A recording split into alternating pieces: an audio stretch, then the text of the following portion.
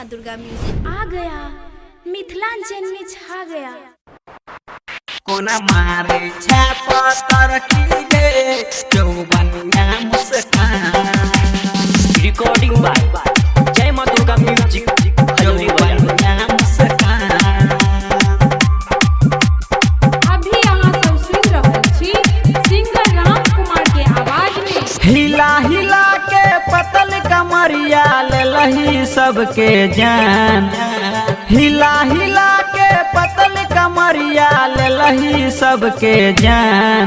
कोना मारे छाप तरकी गे चौबनिया मुस्कान। कोना मारे छाप तरकी गे चौबनिया मुस्कान। हिला हिला के पतल कमरिया ले लही सबके जान। कोना मारे छाप तरकी गे चौबनिया मुस्कान।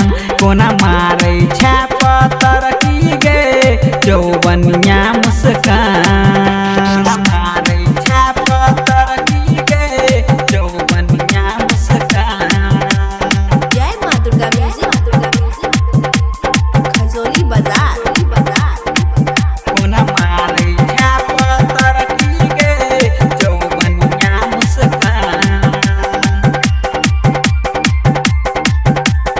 चौबनिया मुस्कान। चले जखन चश्मा लगा के लही सबके हाला। जान मारे छौ पतली कमरिया तोहर दुनू गाल। तोहर दुनू गाल। चले जखन चश्मा लगा के लही सबके हाला। जान मारे छौ पतली कमरिया तोहर दुनू गाल। तिरछी नजर से मारे झटका भेले सबके बुरा हाल। तिरछी नजर से मारे झटका भेले सबके बुरा हाल। कोना मारे छाप तरकी गे चौबनिया मुस्कान। कोना मारे छाप तरकी गे चौबनिया मुस्कान। मारे छाप तरकी गे चौबनिया मुस्कान। जय माँ दुर्गा म्यूजिक खजोली बाजार।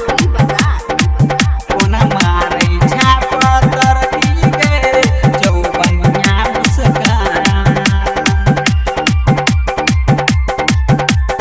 चौबनिया मुस्कान। जींस पहिर क नाचे जखन के लही सबके कंगाल।